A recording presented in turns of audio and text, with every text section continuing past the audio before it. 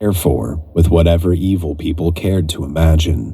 In 1980, after the release of the infamous and fraudulent memoir Michelle Remembers, which popularized the notion of secret satanic cults torturing children, law enforcement briefly took interest in LaVey. The FBI even interviewed him in 1980 regarding an alleged plot by others to murder Senator Ted Kennedy, a rumor tied into grandiose ideas of a satanic conspiracy. According to the FBI files, LaVey was cooperative and dismissive of any such plot.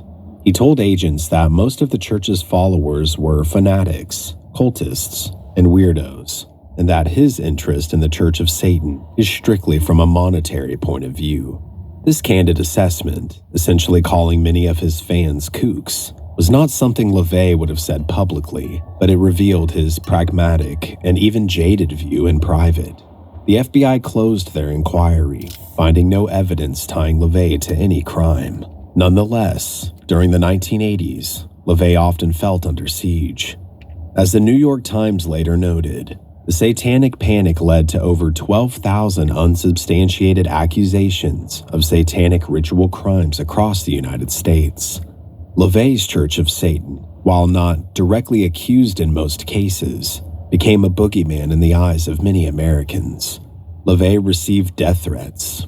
The Black House had rocks and bottles thrown at its windows by vigilante types, and in response, LaVey mounted barbed wire around the roof of the Black House and posted no trespassing signs with an image of a gun. He was growing older, in his 50s now, and had no appetite for brawling with angry Christians on his lawn, so he hunkered down. As one acquaintance put it, by the 80s, LaVey was holed up at home, playing the organ for whoever was willing to listen. The days of frequent public rituals were over. Occasional private invitation-only ceremonies were held, but LaVey no longer performed for TV cameras or outsiders. When asked why, he said that he did not want the Church of Satan to be seen as just a sideshow curiosity. It was a philosophy for those who understood, not a spectacle for mass consumption. LaVey's personal life in this era was also tumultuous. His longtime partner and high priestess, Diane Haggerty, finally left him in the early 1980s after over 2 decades together. Their relationship had deteriorated, and Diane grew tired of LaVey's infidelities and controlling behavior. In 1984, she filed a palimony lawsuit against LaVey, seeking a share of assets from their years cohabitating as the First Lady of Satan. The court filings were tabloid gold. They squabbled over who would get the collection of medieval torture devices, the crystal ball, the coffin, and even the large bust of the devil that they owned. Ultimately, Diane won a modest settlement, but the break with Diane had another consequence. It alienated LaVey's second daughter, Zena, who had sided with her mother. In 1985, Zena Schreck, formerly LaVey, who as a child had been the poster girl of Satanism, publicly renounced her father and the Church of Satan. She accused LaVey of being a fraud and an abusive father, and eventually aligned herself with their father's rival, Michael Aquino, for a time. Zena later pursued her own spiritual path in occult and Eastern traditions, but wholly disavowing the Church of Satan. This familial betrayal hurt LaVey deeply, and in response, he essentially disowned Zena and rarely spoke of her, except to disparage her companions. On a happier note, LaVey did find love again with a new disciple, Blanche Barton, a fiercely loyal young Satanist who became his companion in 1984 after Diane's departure. Blanche revitalized the aging high priest. She took over many administrative duties, and in 1985 officially assumed the title of High Priestess of the Church of Satan. To the outside world, Blanche defended LaVey's reputation ardently, especially against the swirl of satanic panic lies. LaVey and Blanche lived a quiet life by night, entertaining occasional church members or friendly journalists. They delighted in watching old horror movies and playing music together, Blanche on vocals and LaVey on keyboards. Despite the dark persona, Friends noted that in private, LaVey could be charming, funny, and even domestic, cooking steaks for guests and doting on his pets. Still, he never lost his edge. He wrote scathing essays in the church's newsletter, railing against everything from New Age white light gurus to the mediocrity of pop culture. And he continued to issue curses now and then, at least in print. One notorious piece he penned was Bleeding Heart Liberals and the 9 Rings of Hell, in which he fantasized about elaborate tortures for those he considered society's true villains: animal abusers, rapists, and televangelists. It was half tongue-in-cheek and half deadly serious. Classic LaVey. By the 1990s, Anton LaVey had outlasted the satanic panic and seen his teachings quietly influence a new generation. A rising wave of heavy metal and goth musicians lionized LaVey as an elder statesman of alternative culture. None was more famous than shock rocker Marilyn Manson. In the early 90s, Manson reached out to LaVey, sending him a demo tape and expressing admiration. LaVey, who despised rock music in general, but recognized Manson as a fellow provocateur, welcomed the young musician. He granted Manson an honorary priesthood in the Church of Satan and became something of a mentor figure to him. Manson later recounted that he and LaVey bonded over their mutual goal of toppling Christianity with the weight of its own hypocrisy. Through figures like Manson, LaVey's philosophy seeped into 1990s pop culture, in lyrics, imagery, and attitude, even as the man himself remained in semi-reclusion. In 1993, at age 63, LaVey experienced a late-life joy. Blanche Barton gave birth to his only son, whom they named Satan Xerxes Carnegie LaVey. Ever dramatic, LaVey insisted on Satan as the first name for the baby boy, a declaration that the line of the devil's advocate would continue. Fatherhood at that age mellowed LaVey out somewhat. Friends said he adored his toddler son and spent hours entertaining him with circus music and handcrafted toys. LaVey now had 3 children in total: Carla, Xena, and little Satan Xerxes, though only Carla and Satan Jr. remained in his life by the mid-90s. His eldest, Carla, had reconciled with him and became an active figure in the Church of Satan, often acting as a spokesperson. As the 20th century neared its end, LaVey's health quietly declined. Years of late-night living, a reported fondness for whiskey, and the stress of being a pariah had taken their toll. Fittingly, an air of mystery surrounded Anton LaVey's death. In October of 1997, LaVey suffered a pulmonary edema, or fluid in the lungs, and was rushed to St. Mary's Hospital in San Francisco. The irony was that this was a Catholic hospital. The devil's own was treated by nuns in his final hours. LaVey lingered unconscious for a couple of days, and then, on October 29th of 1997, he passed away at age 67.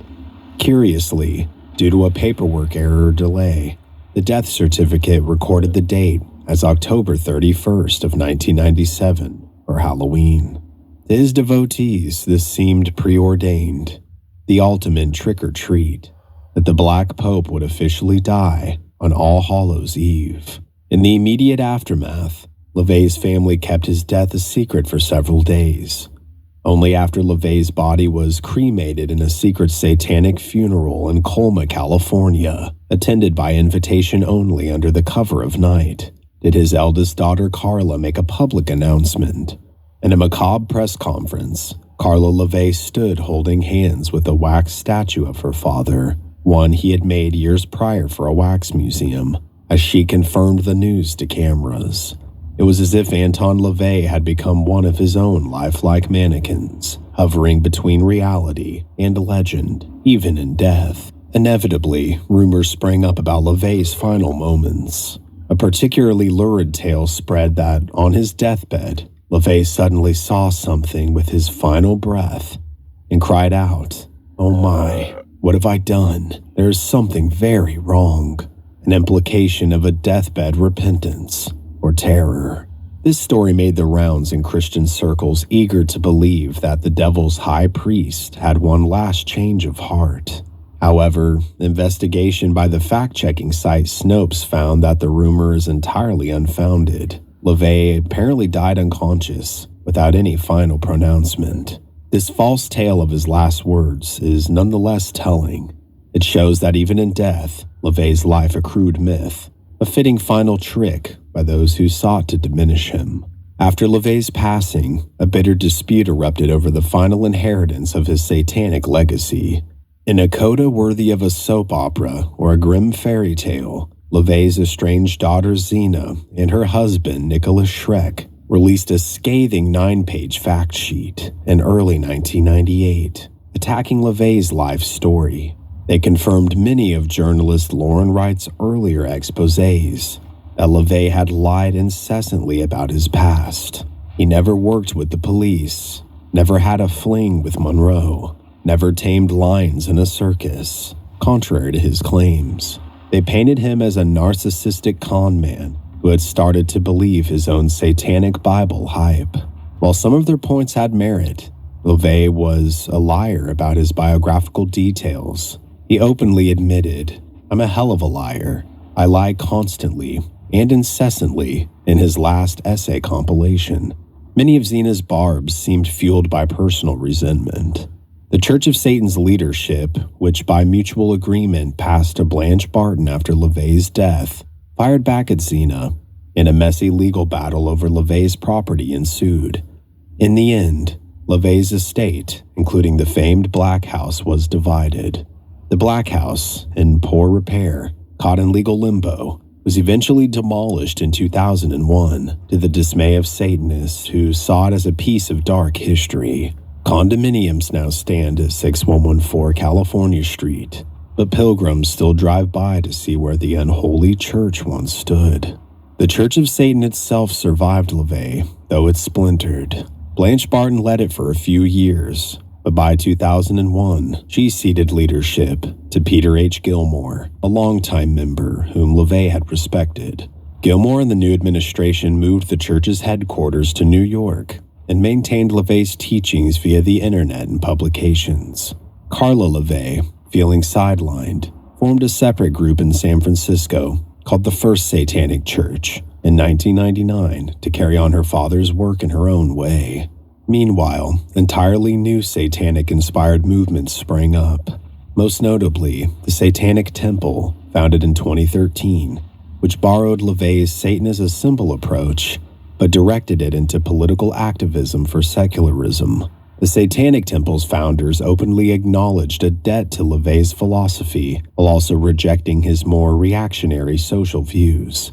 LaVey had flirted with social Darwinism and even kept fascist regalia as shock symbols in his home. In a sense, the torch of satanic satire passed to a new generation, one focused on pranks like Baphomet statues and satanic school clubs to challenge church-state entanglement, endeavors that LaVey might have smirked at, even if he had disagreed with their political liberalism. Anton LaVey's legacy today is multifaceted. To religious scholars, he's recognized as the father of modern Satanism, the man who, for better or for worse, took the figure of Satan and made it the center of an actual organized religion. His ideas have influenced occult literature and new religious movements, ensuring that Satanism will forever be studied alongside other new religious phenomena of the 20th century.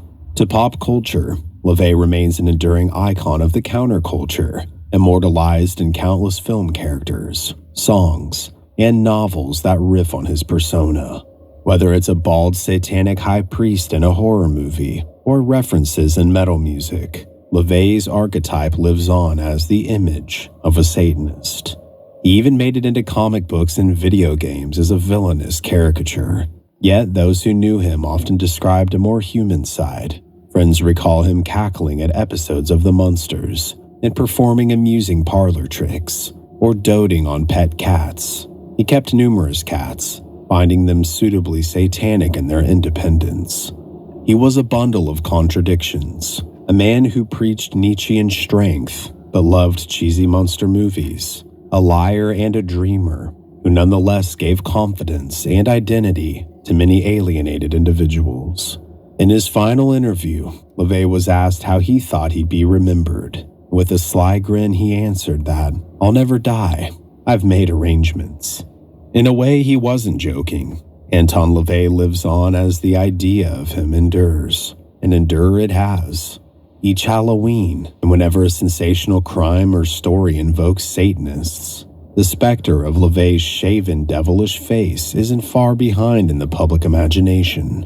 He made sure of that by crafting his life into a lasting legend, a suspenseful paranormal thriller all its own. LaVey once wrote, "I'm as much of a devil as I need to be." And though showmanship and substance alike, he ensured the world would always wonder just how much a devil he was. Thank you guys so much for watching this brand new deep dive video.